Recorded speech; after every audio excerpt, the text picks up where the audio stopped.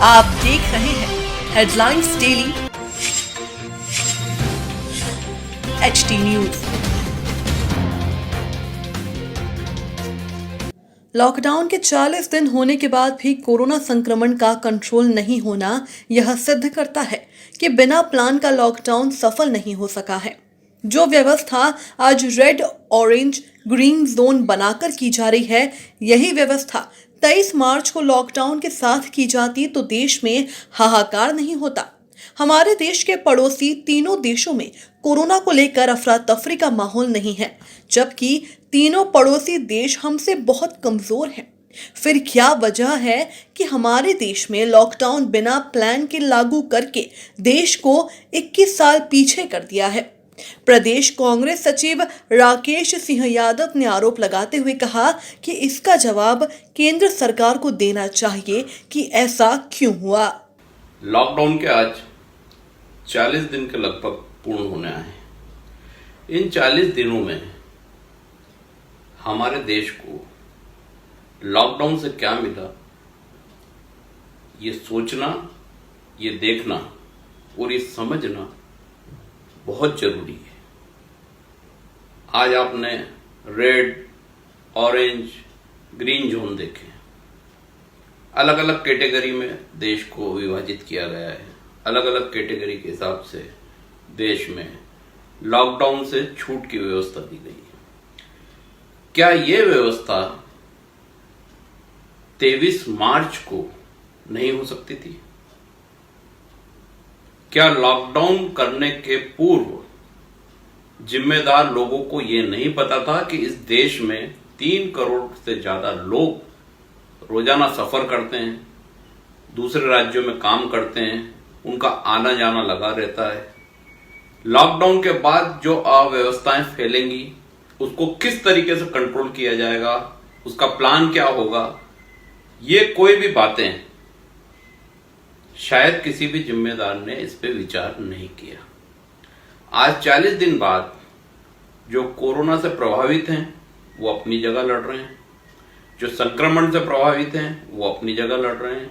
देश का पूरा पुलिस प्रशासन, मेडिकल स्टाफ, सफाई कर्मचारी वो अपनी जगह लड़ रहे हैं, लेकिन एक बिना दिशा के लड़ रहे हैं। यही लड़ाई अगर प्लान करके की जाती, ये पहले से तय होता कि 23 तारीख को लॉकडाउन होगा, 3 से 4 दिन बाद जो ट्रेन आज चलाई जा रही हैं वो 24 या 26 तारीख को भी चला सकते थे। सोशल डिस्टेंसिंग का पालन करते हुए उन ट्रेनों से इन मजदूरों को अपने घर पहुंचाया जा सकता था। ना वो पैनिक होता, ना तकलीफदायक होता। दूध, फल, सब्जी, फ्रूट सब बंद कर दिए गए। किसके आदेश पे हुआ कोई नहीं जानता। किसने ये बोला कि दूध, फल, सब्जी, फ्रूट्स में कोरोना फैलता है, ये किसी को नहीं पता। रात में आदेश आता है, सुबह बंद कर दिया जाता है। इम्यूनिटी बढ़ाने के लिए देश की जनता क्या करेगी किसी को नहीं मालूम। एक ही चीज मालूम थी कि आपको घर में रहना है, घर से बाहर नहीं निकलना है। वो मीडिया का प्रकोप इसी बात को लेके था कि लोग घर से बाहर ना निकलें। लेकिन इसके बाद भी इस देश में सारी चीजें अवेलेबल हुई, उससे 3 गुना रेट पे। किराना आप ले लें, फल, फ्रूट, सब्जी ले लें, अन्य संसाधन ले लें। भरपूर ब्लैक मार्केटिंग, काला बाजारी पूरे 1 महीने चली। खूब कमाया इन लोगों ने, जिनको हम संगठित माफिया बोलते हैं या संगठित समूह बोलते हैं। अब इसमें कौन मरा? वो आम आदमी, वो वोटर जो वोट देके सरकार बनाता है। सबसे ज्यादा सफर किसी ने किया है तो वो देश की उस आम जनता ने किया है जो पैसे कमाने से मोहताज हो गई, जो खाने पीने से मोहताज हो गई। वो दर दर भटक के उसको अपना पेट भरने के लिए भीख मांगना पड़ी, अनेक लोगों से, अनेक नेताओं से और अनेक संस्थानों से। क्या इन सब से एक सफल लॉकडाउन करके बचा नहीं जा सकता था? जो व्यवस्थाएं आज 40 दिन बाद करने की बात सरकार कर रही है, क्या वो 24 तारीख से लागू नहीं हो सकती थी?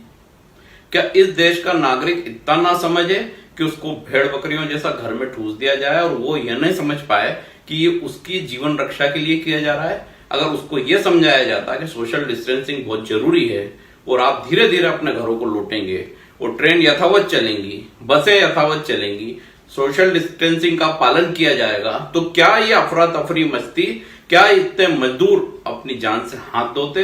क्या इतने लोग 1,000 किलोमीटर चल के पैदल जाते? क्या ऐसे दृश्य हमें भूख से बिलखते हुए बच्चों के देखना पड़ते? ऐसा कुछ नहीं होता, क्योंकि इस देश में बिना राजनीतिक परिदृश्य के किसी भी व्यवस्था को नहीं दिया जाता है।